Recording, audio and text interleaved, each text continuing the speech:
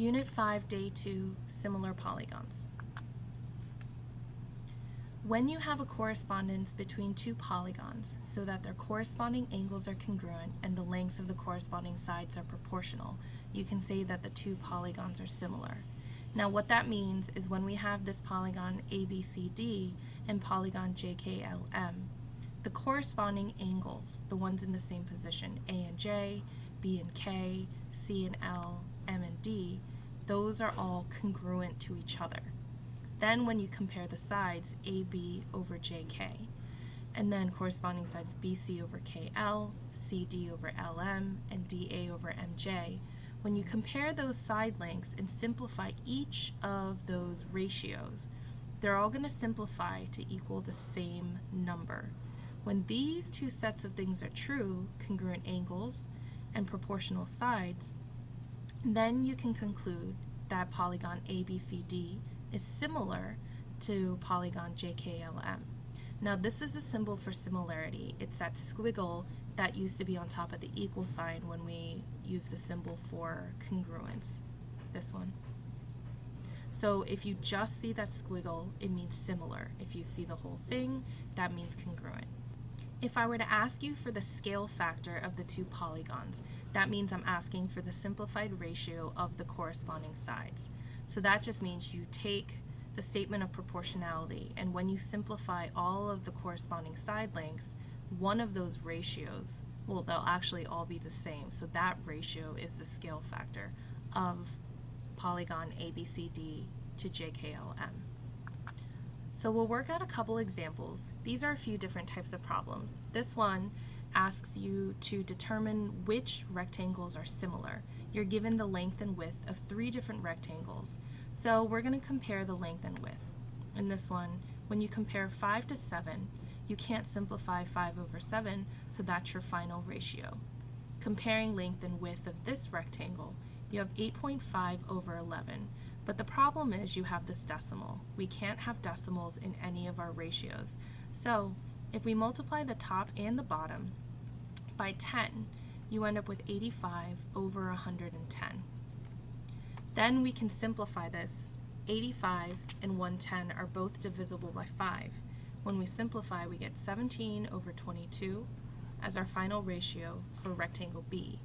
In rectangle C, when you compare 10 over 14, 10 and 14 are both divisible by 2, so we simplify to get 5 over 7. Now, in comparing all 3 of the simplified ratios, you'll see that rectangle A and rectangle C have the exact same ratio. That means A and C are going to be similar.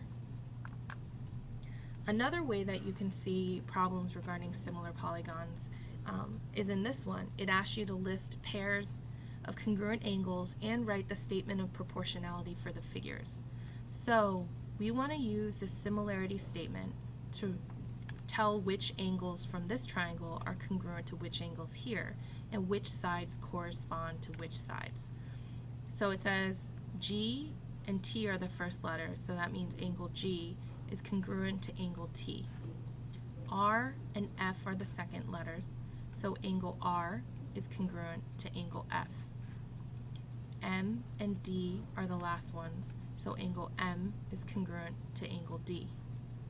Now, when we're writing the statement of proportionality, that was where we have this really long extended proportion. Okay. So since we have 3 sides to the triangle, we should have 3 ratios in our statement of proportionality. GR corresponds to TF. RM corresponds to FD. And then lastly, MG corresponds to TF.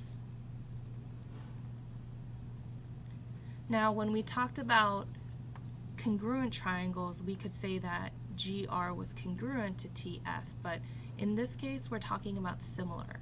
So the side lengths are not going to be congruent, but when you compare all of their ratios, all of these will be proportional. This is another type of problem where you're given measurements of the two polygons and you need to decide whether the polygons are similar.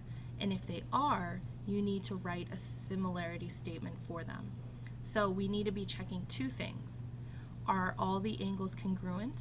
And second, are all the sides proportional? Let's check angles first. This angle, marked with 2, is congruent to this angle, marked with 2.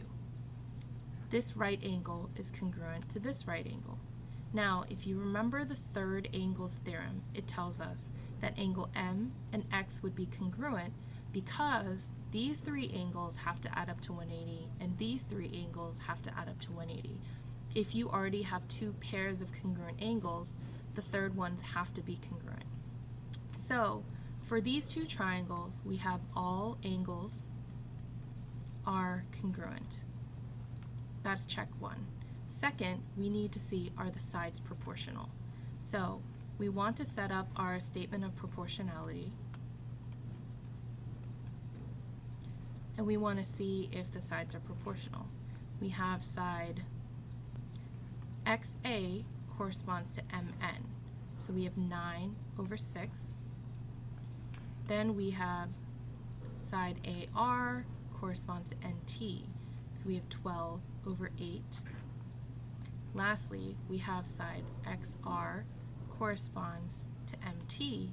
So we have 15 over 10. Now, it's really important that you remember to put all of the top numbers from the same polygon and all of the bottom numbers from the same polygon. Otherwise, the statement of proportionality won't help. So we want to simplify all of these. 9 and 6 are both divisible by 3, so it simplifies to 3 over 2. 12 and 8 are both divisible by 4, so this simplifies to 3 over 2. And then 15 and 10 are both divisible by 5, so this simplifies to 3 over 2. Now when you look at this, all ratios of all three sides are congruent. That means that these two triangles are proportional, or the sides are proportional. So we can write a similarity statement saying triangle XAR. And remember, the order of the first one doesn't matter, but we need to follow, if we went XAR, we need to follow MNT. So this is all the work that I would need to see on your paper to justify your answer. When we get to this problem, we would go about it the same way. First, check the angles. In LU and R, all the angles are 90 degrees. In CFQT, all the angles are 90 degrees. So we can say that all angles are congruent. Done. Second, we need to check to see if the sides are proportional. So we have this side corresponds to this one, so you have 10 over 8, and you want to see if that's proportional to this side corresponding to that one. Now even though these each have 4 sides, since the opposite sides are congruent, we only need to test one set of each. So let's see if this simplifies to equal the same ratio. 10 and 8 are both divisible by 2, so we have 5 over 4. 6 and 4 are both divisible by 2, we get 3 over 2. Now, when you compare them, they are not the same. That means the sides are not proportional, so these two rectangles are not similar. This is a theorem talking about the perimeters of similar polygons. If two polygons are similar, then the ratio of their perimeters is equal to the ratio of their corresponding side lengths. That means that if we know that ABCD is similar to JKLM, when we wrote that statement of proportionality before, and then we simplified each of the corresponding sides to get that ratio or the scale factor, if you were to find the perimeter of ABCD and the perimeter of JKLM by adding up all the sides, if you simplified those perimeters, you'll actually get the exact same ratio as the scale factor. Now this is going to be helpful in the next example problem that we do.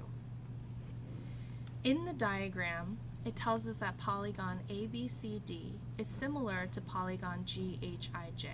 So remember what that means. When it's similar, it means all angles are congruent, and all the corresponding sides are proportional. So let's just mark out the sides. We have AB corresponds to GH. We have BC corresponds to HI.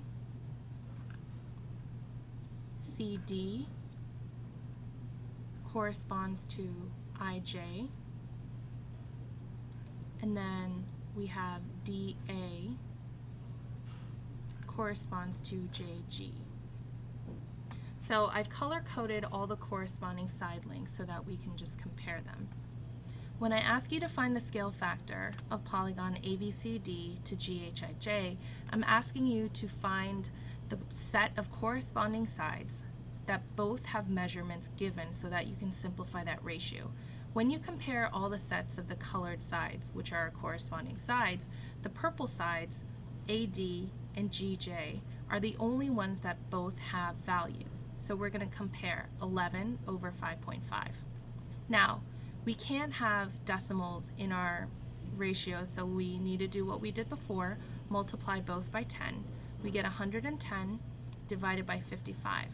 Now, if you simplify them, 55 actually goes into 110. So we end up with 2 over 1. When you're giving your answer for your scale factor, you need to make sure you put it in the correct order. Since 11 initially belonged on polygon ABCD, when we simplify that to 2, that's the one that goes first. Then the 1 belongs to GHIJ. So 2 to 1, this would be your final answer. So if you did this work correctly, the second question asked you to find the scale factor of GHIJ to ABCD. You don't have to go through that calculation again. You can just take your previous scale factor and just switch the two. So GHIJ to ABCD is 1 to 2. Now, when we're trying to find x and y, what I found to be helpful is if you actually take your scale factor and write it inside of your polygons. Now, in order to solve for x and y, we're going to set up a proportion for each of them using our scale factor. So we're going to take x, which corresponds to side 8, and put that into a ratio, x over 8. And we want to set that in a proportion equal to the scale factor. X belongs with 2, and 8 belongs with 1. Then we're going to cross multiply, and you get x is equal to 2 times 8, which is 16. So x is 16. Now, in order to solve for y, we find y here, which is red, and that corresponds to 8. So if we put y over 8, we need to look at what that corresponds to. Y goes with 1, 8 goes with 2. So that's how you determine what goes on the top and what goes on the bottom. When you cross multiply, you get 2y is equal to 8. So then we want to divide by 2, and then we get y is equal to 4. So we have y equals 4. Now, the next step, it asks us to find the perimeter of each polygon. In this polygon, if you add up all the sides, you have 11 plus 8 plus 11 plus 16, and that gives us 46. In this one, we're missing a side length, but because our other polygon has the purple side and green side congruent, I have the purple side and green side here also have to be congruent. So this side needs to be 5.5 as well. So when I take those sides, 5.5 plus 4 plus 5.5 plus 8, that gives us a total of 23. This very last question, find the perimeter of ABCD to GHIJ. That's asking for the ratio of the two perimeters. You could take the two perimeters, 46 to 23, and simplify it, but the faster way to get there is if you remember our theorem that tells us that the ratio of the perimeters is going to be the same as the scale factor. So just make sure you put it in the right order, ABCD to GHIJ, ABCD to GHIJ. It'll be 2 to 1. And that's it.